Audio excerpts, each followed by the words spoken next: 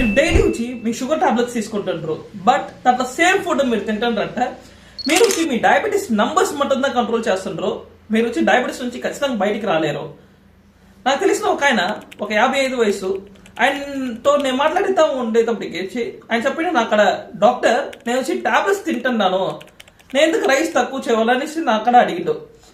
So ఆయన కన్నా నుంచి నేను మాట్లాడుతూ ఉండేటప్పటికి ఆయన HbA1c వచ్చి 8.9గా ఉండింది. ఆయన అనుకునేండు జస్ట్ టాబ్లెట్స్ మొత్తమే నన్ను ప్రొటెక్ట్ చేస్తుంది, నేను లైఫ్ స్టైల్ చేంజెస్ చేయనవద్దు అనుకుంటా ఉండిండు. సో ఇక్కడ ఏం మనం ప్రాబ్లంగా మనం చూస్తున్నామంట, జస్ట్ మనం వచ్చి మెడిసిన్ మొత్తమే వచ్చి మన ఇన్సులిన్ రెసిస్టెన్స్ వచ్చి తగ్గేదు. మన మెడిసిన్ వచ్చి జస్ట్ వచ్చి టెంపరీగా వచ్చి షుగర్స్ మట్టంతా తగ్గిస్తుంది, లైక్ షుగర్ నంబర్స్ మట్టంతా తగ్గిస్తుంది.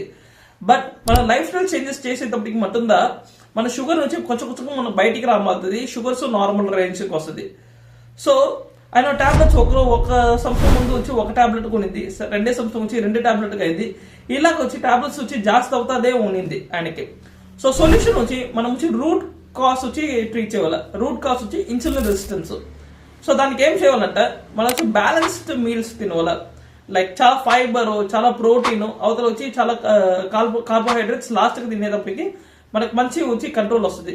అవతల స్ట్రెంత్ ట్రైనింగ్ అట్లీస్ట్ వచ్చి ఒక వారానికి వచ్చి ఒక 3 రోజైనా మీరు వచ్చి స్ట్రెంత్ ట్రైనింగ్ చేయాలి. అవతల వచ్చి ప్రాపర్ స్లీప్, అవతల స్ట్రెస్ అంతా కంట్రోల్ చేసుకోవాలా. సో ఇలా చేసేటప్పటికి వచ్చి ఒక 3 monthsలోనే ఆయన HbA1c వచ్చి 8.9 నుంచి 6.7 వరకు వచ్చి తగ్గింది. సో ఇదేలాగా వచ్చి మీరు వచ్చి డయాబెటీస్ నుంచి బయటికి రావాలంటే ఈ లింక్ ని క్లిక్ చేసి రిజిస్టర్ చేయండి. నేను వచ్చి మీకు చెప్పిస్తాను ఎట్లా డయాబెటీస్ నుంచి బయటికి రావాల్సి అనేసి. Thank you.